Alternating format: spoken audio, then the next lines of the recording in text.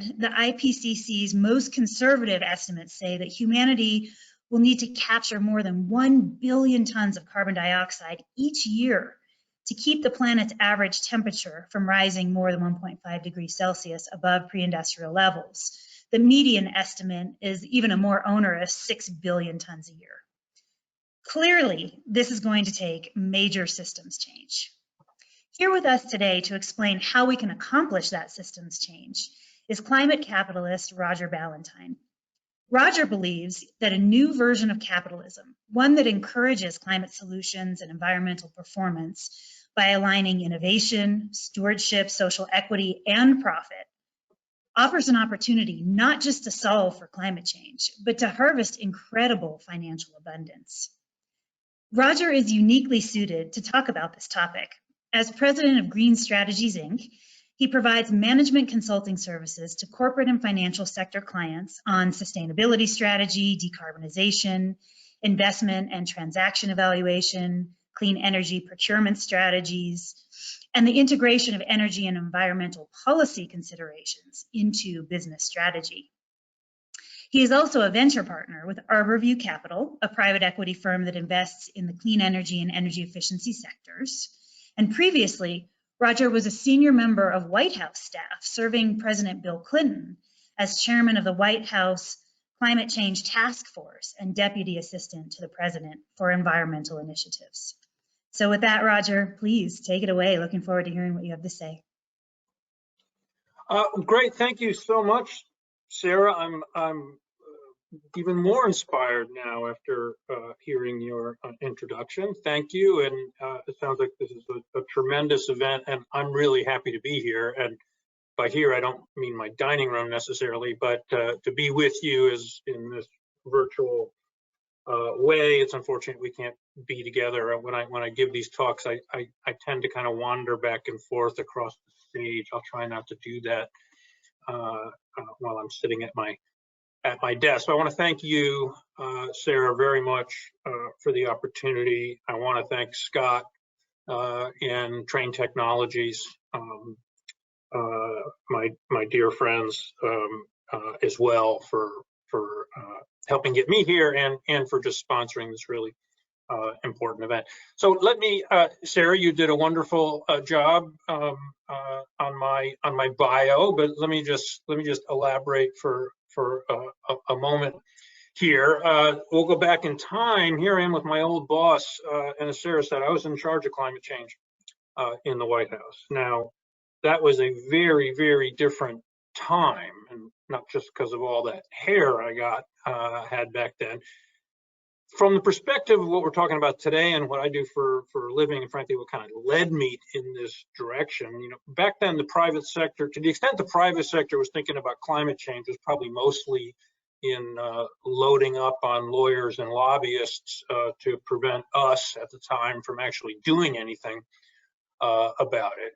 The issue was extraordinarily unpopular from a political perspective, and we faced strong pushback towards addressing this issue from Republicans and Democrats, frankly, and the business community, you know, very solidly thought that taking action on climate change was a threat to them.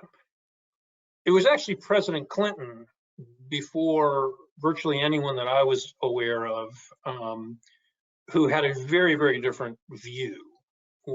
It's what he called the big idea, which was that we're getting this exactly wrong. In fact, transitioning to a low carbon economy, certainly a moral imperative, but really an unprecedented economic opportunity. He was very much ahead of his time. Now, in 1999, the president sent me to Antarctica. I don't think that's because he was mad at me, but it was to go down and meet with some of the scientists who were doing some of the real important research that was demonstrating the reality of climate change, and I got a chance to spend time with those scientists and learn about their work. But Antarctica was not just where climate research was being done. It is also where we have been seeing some of the most dramatic and threatening aspects of climate change. In 2002, after a series of of warm summers, which are now the norm, the Larsen B ice shelf, 3,250 square kilometers, slipped off the mainland into the Southern Ocean. 10 years after my first trip and 6 years after the Larsen B collapsed, I went back to Antarctica and I found the Larsen B ice shelf floating hundreds of miles from where it calved off in the Southern Ocean. And after I was there in 2017, the Larsen C ice shelf, more than 13 times the size of Larsen B at 44,000 square kilometers, also collapsed and slipped into the ocean, joining other enormous chunks of ice that were innocently minding their own business on land, now in the ocean and contributing to sea level rise. So this is not a crowd here today that needs to be lectured on the reality of climate change, but on the other hand, I do this myself. I don't think there's any of us who couldn't benefit from kind of constantly reminding ourselves of what's happening and the consequences of it happening. Our world is already warmed more than 1 degree, and that was since the dawn of the Industrial Revolution. So that's over a century ago. We warmed a degree.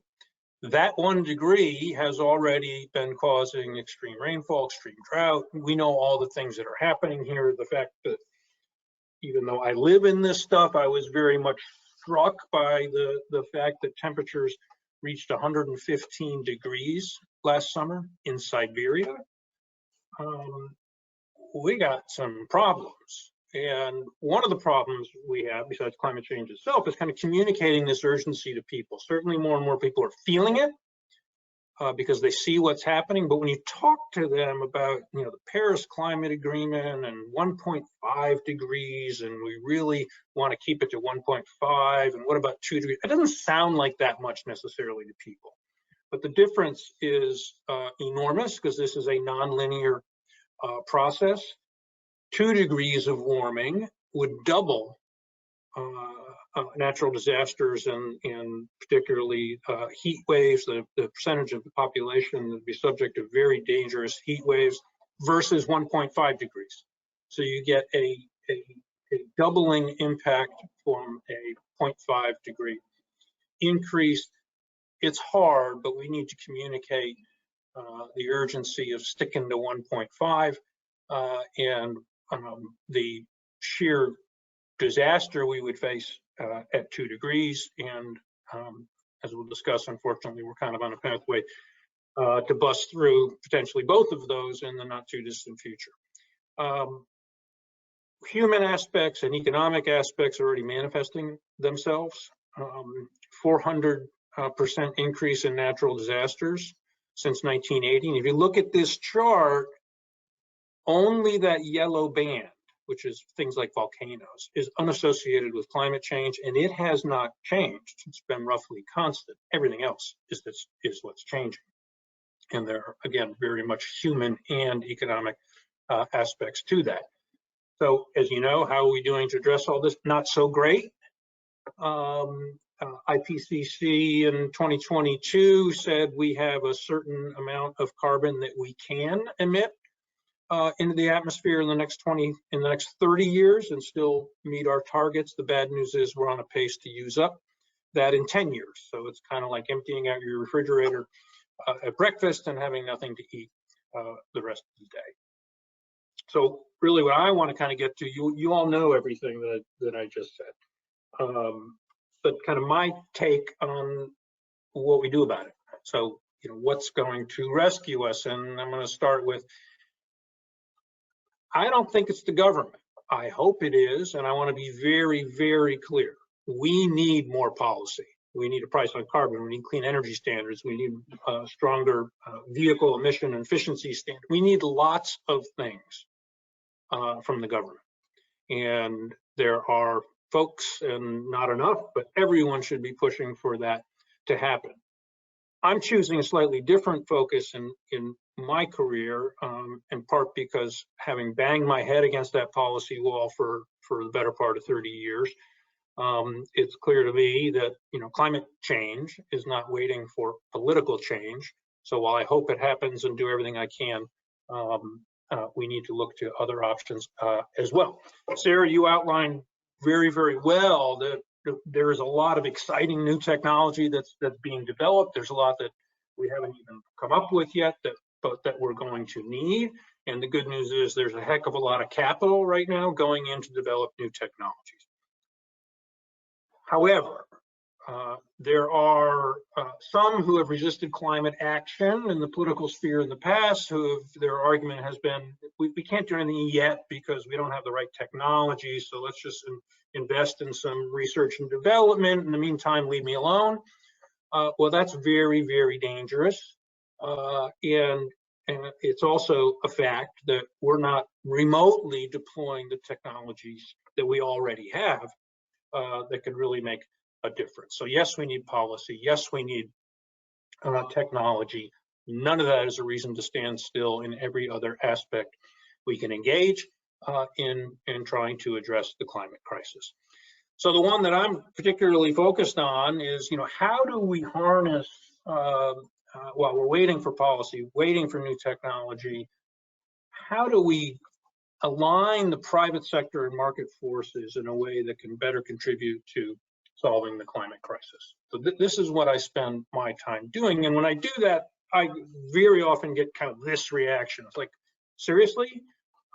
Isn't it kind of the market that got us into this in the first place? And the answer to that is absolutely true. It is right. Climate change is the greatest failure of markets in history.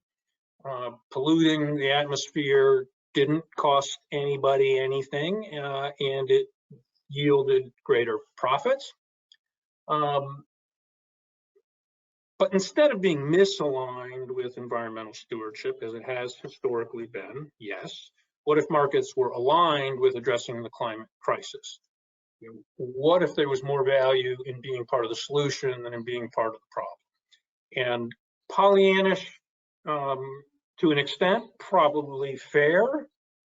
But this is not just about what's happening in the future. So 5 years ago, I gave a TED talk on what I called climate capitalism, and the idea I posited was just that fundamentally, climate is in fact a business issue, and because it's a business issue, like any other business issue, it should be proactively incorporated into business strategy.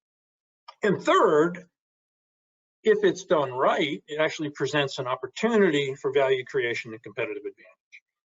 So climate capitalism means mitigating risk and adding new value. And the fact is that market forces that drive corporate decision making are in fact changing today. This is not just about how do we start today when we have none of this and get to some. It's happening today. We are seeing it. We are seeing things in the marketplace that are aligning climate mitigation and business strategy more than we've ever seen in the past. So here's a good example. Here's our first aligner. Capital markets are increasingly interested and caring about and asking questions about climate change. And perhaps there's been no more impactful voice than the world's largest asset manager.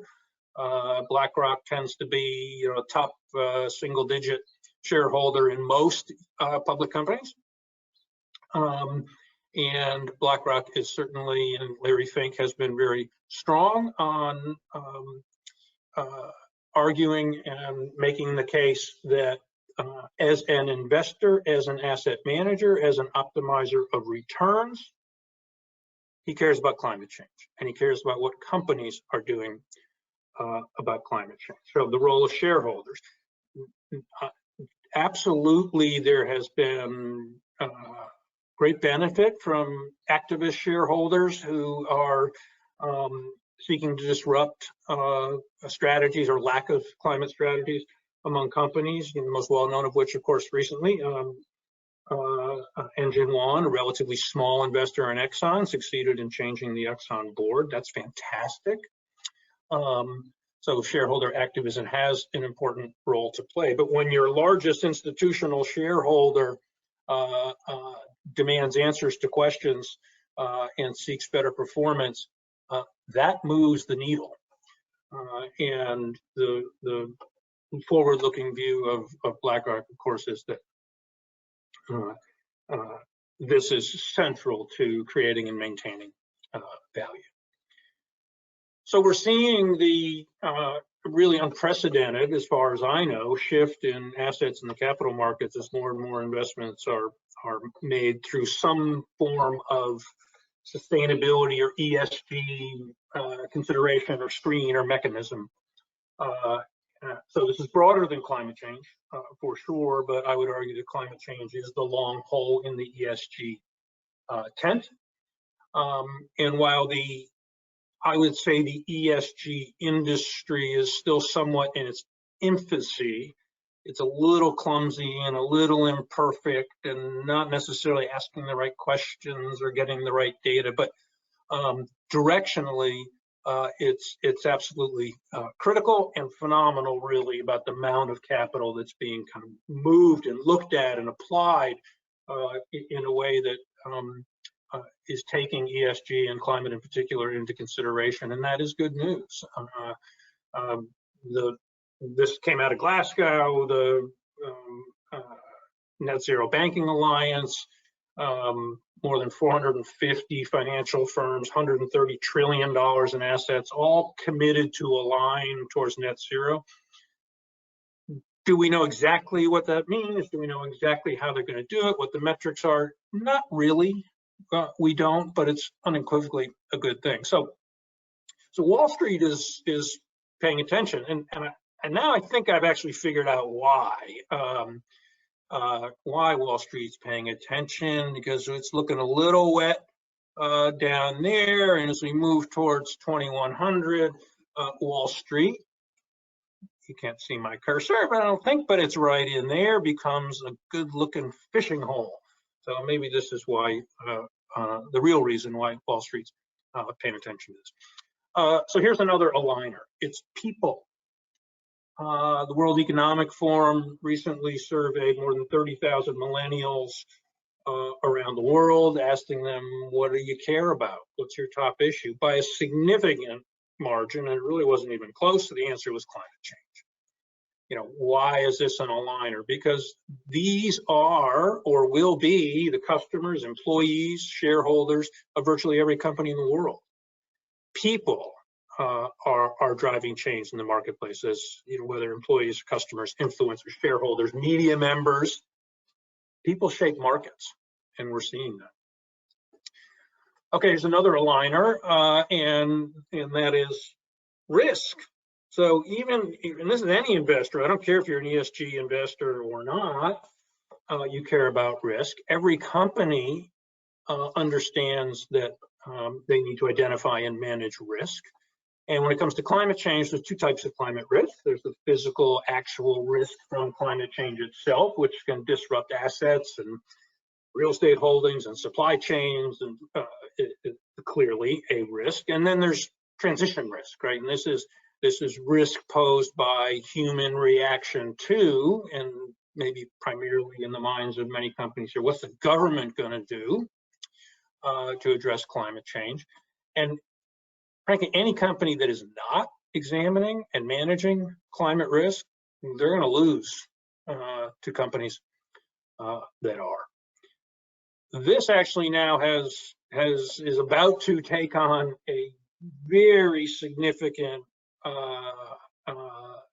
level of importance to companies, because the Securities and Exchange Commission's proposed rule around financial disclosures. Yes, this is policy. I'll admit this is policy, but it's not about mandating or prohibiting any particular action. It's just, you know, in quotes, requiring companies to tell the market what they are or are not doing, how they've been thinking or not been thinking about climate change. In my view, this is going to put climate capitalism on steroids.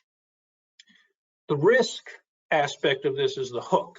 That's the SEC's legal hook in this, because under statutory authority, you know, they have the authority to mitigate investor risk, and that's what they're hanging their hat on. There's more to it.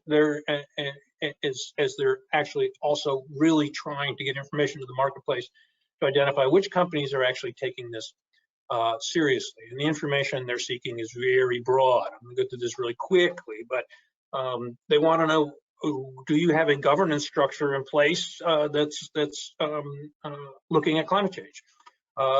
They want to know whether you've assessed the risks and whether you see risks that have a material impact on your business. They want to know how climate change is or might affect your business strategy, your business model, and your prospects going forward. It's fundamental information the market wants to know about. They want to know the processes you've put in place for this.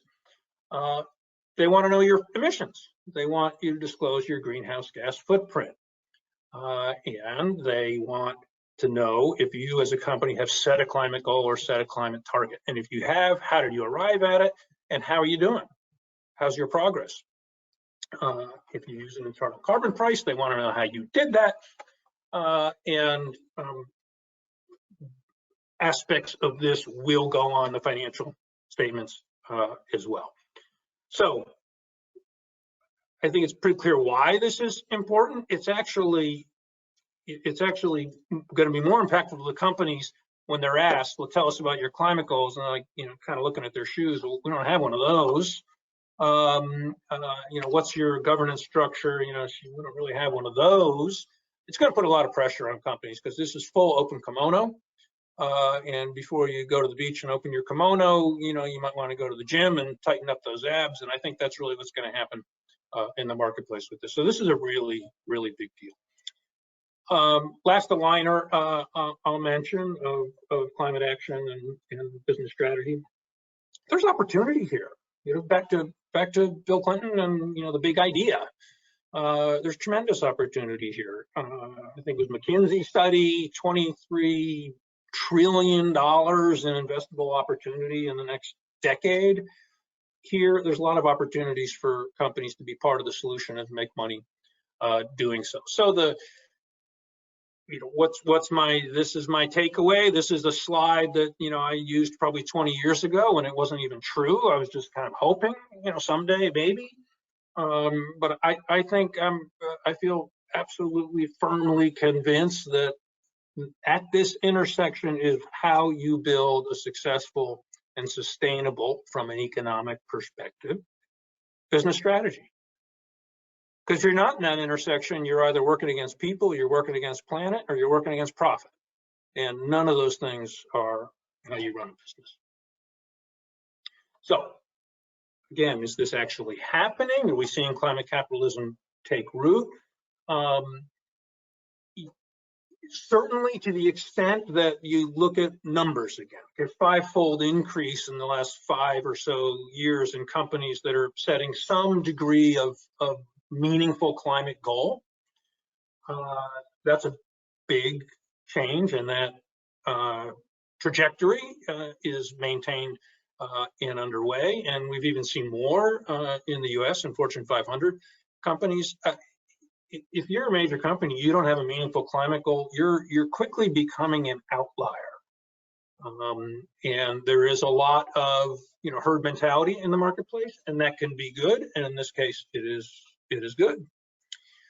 So what are you guys know about most of these, I'm sure. So I won't spend too much time on it, so we can get the question sooner rather than later. But the number of companies that are joining, these are just a few that are joining these different coalitions or committing to things like reporting their emissions under TCFD, which again, soon may actually be the law, something similar to it. The difference between where we are today in terms of the number of companies that have taken this issue seriously to some extent is remarkable. And are some kind of going kicking and screaming? Maybe. Are some going because they've drank my Kool-Aid that no, this is actually the way to be a more profitable business? It's a mix, and I don't necessarily even care if it's happening and if it's real. So before I kind of wind up and see if I can learn something from you all. I just gotta pick a couple of nits. And so the story, the story I've portrayed here obviously is very much a glass half full, optimistic. Let's look at the good things that are happening, and maybe not pay as much attention to the companies that aren't moving in a climate capitalism direction. That's intentional, but as I said, those that aren't are gonna, or they're gonna fail. So I don't spend too much time worrying about them. Actually, where I'm spending my time worrying a little bit more, maybe this is misplaced energy, but I don't think so, in that the ecosystem, driven in significant part by stakeholders and environmental stakeholders, climate concern stakeholders, of which I consider myself one, have crafted expectations and rules and programs and that companies are asked to follow.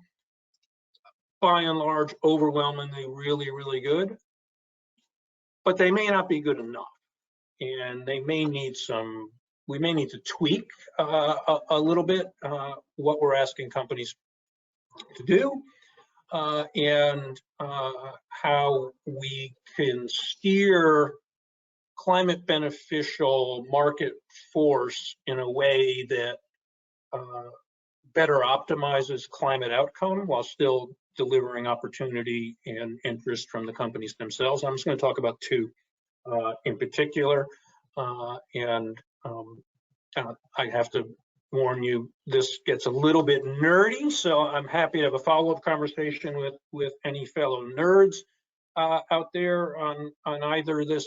But I want to talk a little bit about corporate clean energy procurement, because it is one of the biggest tools that companies have in driving decarbonization.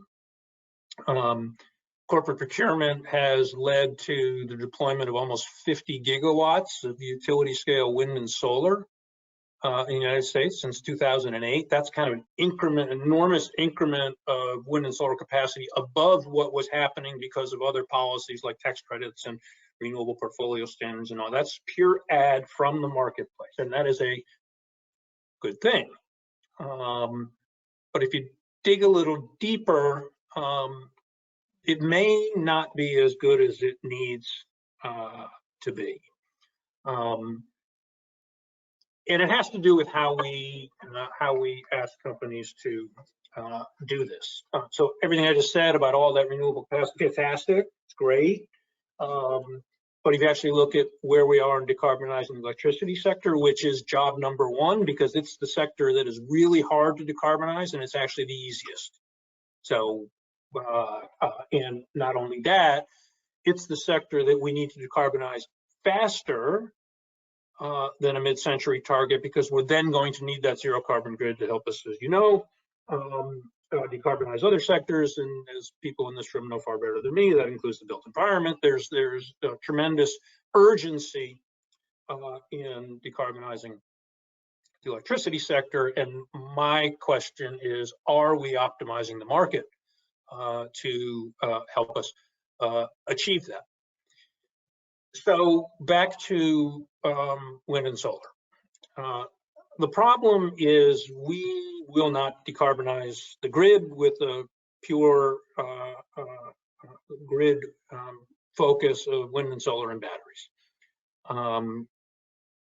Batteries can help solve the problem you see on the upper left, which is there's just a mismatch. We don't decide when the sun shines or when the wind blows, and load tends to follow a different pattern. So inevitably we have gaps, we have deficits, we have surpluses, and those become more exacerbated as we get beyond the day, the week, the month to a season. And we have no storage technology that can fill a seasonal gap. The other problem is more of a political economy problem, as well as a scientific problem, which you see on the right, which is a pure renewables pathway to decarbonizing the grid, which is the green you see here, is the most expensive. It's also doesn't get you all the way, which you can see is kind of the asymptotic nature of a wind solar approach alone. And what this tells us is we need all forms of decarbonized electricity, particularly including forms of decarbonized electricity that are in fact firm and dispatchable, can fill those gaps. Why is this a nitpick? Because back to our ecosystem, back to our Science-Based Target Initiative, RE100, the types of programs that we, the environmental stakeholder community, encourage companies to follow are leading them on a path that is not optimized to actually decarbonize the sector. So we need to make some changes. There in terms of what we're asking companies to do, and super nerdy, the other challenge is the way that we ask companies to calculate and report their emissions. This is under the Greenhouse Gas Protocol, which is the baseline and kind of underlying set of rules which virtually all of these recognition and leadership programs use, in which potentially the SEC will incorporate somewhat wholesale into its mandatory disclosures, and there's a couple problems with that when it comes to electricity. The first is that if you look at this company on the left in this picture, if you can see it, this is a company that its load, its consumption is across the middle. They bought a whole bunch of more wind and solar, which is kind of that dome-looking peak, and that equals all that green and black you see over there. So in terms of a total annual amount of energy, they bought enough renewables to cover all of their consumption. But the fact is, even at 100%, and they now can say they are 100% renewable, using 100% renewable, they are not. You still see that black over there. Even your 100% renewable company is still consuming fossil energy from the grid. But under the Greenhouse Gas Protocol, if you move over to the right, almost magically, a company is allowed to erase all those actual emissions associated with its continued electricity production and say to the marketplace, we are 100% renewable, when in fact they are not. What's the problem with that? Was a couple of problems, and companies are not doing anything wrong here. They're following the rules we have set for them. But we're now letting that company say, I just checked the energy box, when they haven't, because they're still consuming fossil, and we got to get that fossil off the grid, and we need the market focused on getting that fossil off the grid, not just focused on investing in enough wind and solar to offset their own emissions. So that's the sub-optimization of market force that is a result of this kind of accounting approach that in the recognition programs that are just leading to a sub-optimized outcome from a climate perspective. So sorry, that was tremendously nerdy, and I'll stop and just talk about one more thing. This has to do with offsets and voluntary carbon markets. Certainly, there's immense potential here. If you look at the size of voluntary carbon markets today and the projected increase in the amount of capital that's going to be out there looking to invest in climate mitigation, it is enormous. And that amount of climate capital means there's going to be a lot more people in the marketplace, companies in the marketplace looking to buy offsets. Sarah mentioned Microsoft in particular, which has been fabulous here. And in my view, we should encourage this type of activity. But the fact is, there's still a lot of rhetoric and narrative in the marketplace that's very broad brush anti-offset. We've got to get past that. We absolutely need this capital to be deployed. There are some who will say, two reasons people don't like offsets. One, they say, well, that's cheating because you should be doing the hard work of reducing your own footprint emissions and not going buying emissions somewhere else. Okay, fair. If you could have gotten another ton out of your own value chain, wouldn't it be better if you got that than getting it outside your value chain? Well, from a climate perspective, there's no difference. The climate doesn't care, but if you can get an additional, there's a certain responsibility we expect from companies in reducing their own footprint. That's where they should go first. There's no question about it. But what if the next marginal footprint ton from their value chain just is too expensive? And there's another ton somewhere else that's less expensive that might get invested in. We want them to do that. It's an overall benefit to the climate. And then of course there's criticisms that are very fair of offsets that some of them just aren't even real, and they don't represent real emission reductions. And no, we should not encourage those. But we have ways of distinguishing. Broad brush against offsets doesn't help, holds back the potential of the market to contribute in an optimal way. Last point, this was also mentioned by Sarah, and that's the concept of removal. And this does drive me a little bit nuts sometimes when I hear people use the term net zero, when what they really mean is zero, not net zero. Net zero is actually the scientific goal, which is a balance of dramatically reduced emissions and removal of carbon dioxide to hit that net zero target by mid-century, to keep us at a 1.5 degree increase. So at the very least, we should be encouraging investment in carbon removal-based offsets. But again, our ecosystems are not necessarily aligned to optimize that amount of capital that could go into carbon removals. The Science-Based Target Initiative, for example, does not allow you to apply removals to your own company targets. So I think we need to rethink some of these things and keep a focus, in my view, on how we maximize the climate return on every dollar of climate spend. I'm going to stop, and despite those quibbles, I am extraordinarily optimistic about how the market has already shifted, how I think it's going to continue to shift, and how increasingly the private sector is going to be more of an ally than a foe in addressing climate change. And given the stubbornness of our political economy, we need this more than ever. So yes, we're doing great things. We need to go faster. We need to do more. So with that, I'm going to stop and say thank you so much. And if we have time, which I think we do, I'd love to hear from you all. Thank you. All right, thank you, Roger. Appreciate it much. And yes, please send in your questions. We do have some time for questions, and we already have questions. You know, I had a question for you, Roger. I know it's somewhat faded from the forefront of the public discourse, but what is your opinion of the Green New Deal? Is it the big idea that we need? Is it a Band-Aid? Is it somewhere in between? Well, I guess I just kind of push back on the premise. I don't know what the Green New Deal is, and I'm not sure anyone does, and you could ask 10 different people and get 10 different answers. Okay, so, you know, I haven't heard the term in a little bit. At its core, it was entirely, in my view, appropriate, which is, it is about making that fundamental shift through mostly the power and reach of government to dramatically increase our efforts, our political efforts to address climate change. So I applaud that. But the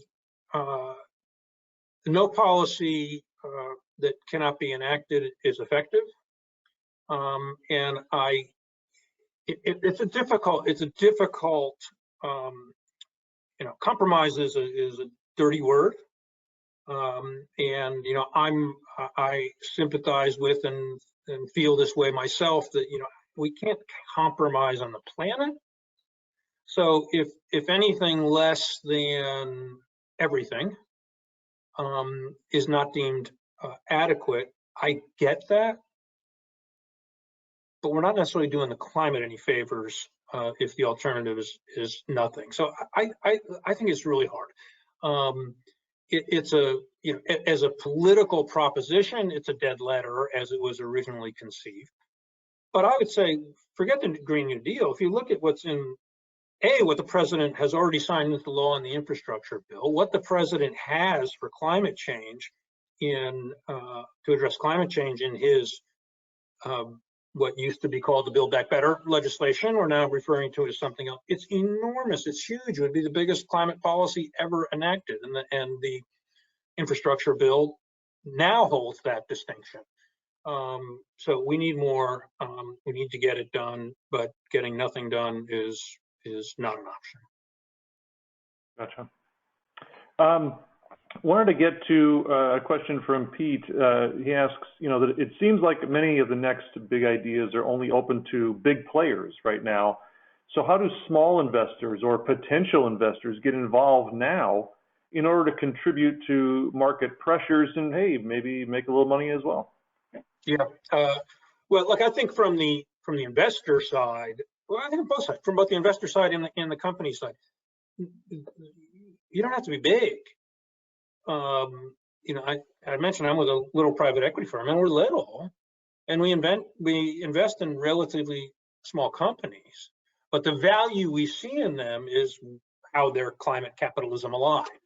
How they are actually going with the tides of this larger ecosystem that's driving the market related to climate change. You don't have to be a big investor or a big company to extract that value. It is true that in terms of the aggregate impact that a company can have, yes, that scales with scale. But in terms of how you would evaluate the an impact investor in this space, I would argue is also a return maximizing investor.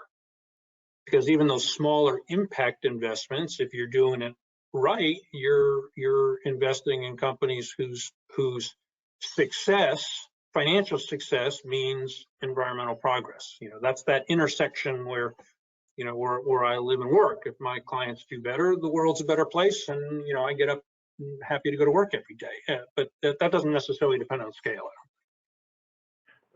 Keeping it on that smaller scale viewpoint for just a minute, Monica wanted to know if you can give us some examples of carbon removal as it relates to individual companies. So I'm immediately drawn to Microsoft here, of course, which is an outlier in terms of its size, scope, ambition, talent, everything else. But let me go back to the concept of net zero, right? So companies are adopting net zero targets, and you are adopting a net zero target with removal specifically in mind. And those who are encouraging them to do so kind of think of a company's net zero target as a zero target. Okay, if a company can get to zero, that's great, because the global scientific net zero is a term that is used globally by the scientific community to describe the end state we need to get to save the planet, right? But we've now taken that term and we're using it at the country scale, and we're using it at the company scale, and we're using it at the building scale, right? As you all know. Along that kind of narrowing the focus of the use of that term, I think removals start to kind of fall by the wayside. And is that okay? Maybe it's okay, but as a contribution to the global problem, which is ultimately what this is, anybody investing in removals is making a contribution. So planting trees is a removal. What we're seeing growth, and Sarah talked about climate tech, right? Well, the amount of money that's being raised by direct air capture companies, they're just building these elaborate machines, it's enormous. There's a bit of a challenge there related to what I talked about in terms of offsets, because actually what those machines are is they're offset production lines. That's what they're kicking out, are offsets. And they need somebody to buy those offsets, those negative emissions, those removals. Those are removal-based offsets, but nevertheless, the commodity that would be transacted is an offset. So, again, all the more reason to pump the brakes a little bit when you hear a overly negative narrative about offsets. But could a company buy a stream, invest in a direct air capture, or buy some of the negative emissions coming off of direct capture? Sure, you could do that. And again, we'd be better off if we had systems and expectations and rules in place that allowed that company to really get the direct benefit in terms of the calculation of their carbon footprint or reputational or otherwise. We're not quite there yet. But what we are seeing in the marketplace around offsets is, a beginning to see removal-based offsets being a little more acceptable and prioritized than maybe they should be. But I think there's any number of ways that companies can stick their toe in the removal part of the net zero equation. Okay. We have a question from Sarah. Which oversight organizations or coalitions or policy advocates do you see being the most impactful with respect to driving climate capitalism? Oh, boy, let me answer by saying who I hope it will be someday. It's going to be like the Chamber of Commerce, the Business Roundtable, all of the business organizations that historically have been the obstacles to progress. I'd love to see them just do a complete 180 and realize, like, holy crap, we were totally wrong about this. We gotta kind of jump on the bandwagon. So that's my fantasy. We're not there yet. In the meantime, it's still a little lonely, Sarah, frankly. Recognition is growing. You're seeing more. You saw before some of the different coalitions that companies are joining related to climate commitments and so forth. I mean, maybe companies are doing that because they think it's bad for their business. I don't think so. I think they're actually demonstrating, that this intersection of addressing climate change and increasing value is where they want to be, and it's examples of that. So certainly more and more companies, without using the term, which is fine, I don't have it patented, are moving in that direction. So I think it's a good thing. There's still, and I would say in the kind of 30 years I've been in this business, I think the attitudes of the environmental community writ large have also kind of shifted from kind of overwhelming skepticism of the role of markets and the private sector to really working productively to help harness, providing expertise, providing encouragement of that. Again, in my nitpick, we kind of need to switch a little bit the way we're kind of asking companies to move. But I'm seeing a significant shift in mainstream environmental community in support of making markets work for climate change. So it's happening broad. Things are kind of coming in the middle. I think the business community is kind of moving away from this is nothing but a disaster, and the environmental community saying, a government swung hammer is the only way we can solve this problem. And we're kind of coming together in the middle a little bit, which is where I live, which is traditionally a pretty lonely place. But yeah, I think we're seeing progress. And I want to hit on that with this next question. I got three more questions for you, Roger, if you don't mind. But I want to hit on that sentiment of that kind of coming together towards the middle, because I noticed one of your slides cited Munich Re as a source. Yeah. Those of you who aren't familiar, it stands for Munich Reinsurance Company. How much of this progress or momentum could be quasi-mandated by insurance carriers? Yeah, it's great point. The insurance industries, and for whatever reason, it's really been the European-based reinsurers, Munich Re, Swiss Re, who have been at the forefront of this. 20 years of climate in general and in incorporating climate considerations into their business models for obvious reasons, right? That risk, we're talking about. Your point about, again, another reason I do what I do, which is the rules of the marketplace are not just written by regulators. Now, there's regulators, there's regulation, and then there's kind of quasi-regulatory and just powerful market force. They all drive behavior. So absolutely, it doesn't work overnight. I mean, if you want to go buy, build a home in certain places in the United States, you can't get flood insurance. Does that have an effect on where you build your home or how much you care about climate? Maybe.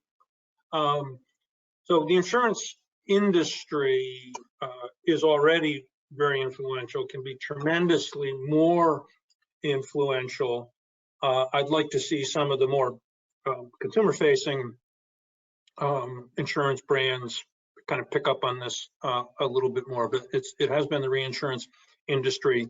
Their actions, their pricing, their decisions will drive behavior, and you're right, that really does have kind of a quasi-regulatory effect, and it's only going to get stronger. Sarah wanted to know, as we shift to a more regulated business environment, what do you think is going to happen to companies that merely check boxes and aren't authentic or transparent? Well, I think the SEC is a game changer on this. Again, the rule's not final. We got to finalize the rule, then we got to fight about it in court. We're a long way from there. But what I've done a couple of talks just on that particular issue. That the companies that look at this as a legal compliance matter are going to miss the boat. It is a SEC it will be a SEC regulation. Obviously, your lawyers need to make sure you comply. But if you stop at that, you're missing the boat. And like I said, once the kimono opens up, you kind of are going to care more about what's there and what's not there. And I think that sunshine is going to drive companies in further in adopting policies and practices, and if nothing else, force some companies, and I think this is relatively few, who haven't thought about climate in some sort of proactive, how do we improve, as opposed to how do we stop and avoid. I think that's a really small number. But I think it will push more companies towards the leadership spectrum as it's currently established. And keep in mind that sustainability and climate leadership and expectations and what constitutes a leader in the private sector on climate is a constantly changing concept. And it's one that only goes in one direction. It is a ratchet. So, what was best practice 2 years ago probably is not today. And so the goalposts are moving, but that's the way leadership works. Yesterday's leaders are today's kind of mainstream, and that's the way it works. So I think it's going to have a tremendous impact. I'm really, really excited about it, and just hope that it gets over the finish line. I have nitpicks about it. I have quibbles, of course, but by and large, this could be just one of the most impactful climate policies ever enacted. Change is the only constant, right, Roger? That's right. All right, I got one last question. I think it's a good one to end on. It's from Kimberly. She wants to know, are there any key stakeholders critical to this transition who are currently underutilized or underengaged? Good question. A couple of years ago, I would have said young people. That's changing. And their voices matter. They matter in the marketplace, and they matter in the political marketplace. So, are they underutilized? We're all underutilized, but that's gotten a lot better. I think getting more specific, you mentioned one, the insurance sector. Should that be a sector that's more impactful and engaged than it is today? Absolutely. The financial sector at large. Now you're seeing investors move in this direction, but it's more, and you're now seeing the SEC, at the microeconomic level. The Federal Reserve needs to do more. Certainly they're doing a lot more than they were a few years ago, but if you compare the US Federal Reserve to central banks in other parts of the world, they're actually well behind in kind of articulating the systemic nature of climate change from a financial system perspective. So I think monetary policymakers and financial sector regulators need to do more, and certainly under the Biden administration, they are, to the extent it's not the Federal Reserve, which is independent. So I find promise in that as well. I think the agricultural sector is a big underperformer by and large, at least on the policy front, from a kind of organized traditional sector lobbying perspective, as well as some major companies. They are really in the crosshairs as much as any other sector. The real estate sector, not hearing enough from them. So this could be a long answer because I could keep going, because I can go back to my graph of showing how we're doing on emissions and say nobody's doing enough. And that's true. There's no question about that. But again, I retain enough optimism to get out of bed in the morning and come down to my dining room and go to work. Well, we're glad that you did today, Roger, because this was a fantastic talk. Got a couple compliments from our audience sent in thanking you for your time, and I certainly thank you for this was great. Thank you, Mike. Thank you, Sarah. Thank you, everybody. Really enjoy the rest of the conference, and thanks for the opportunity.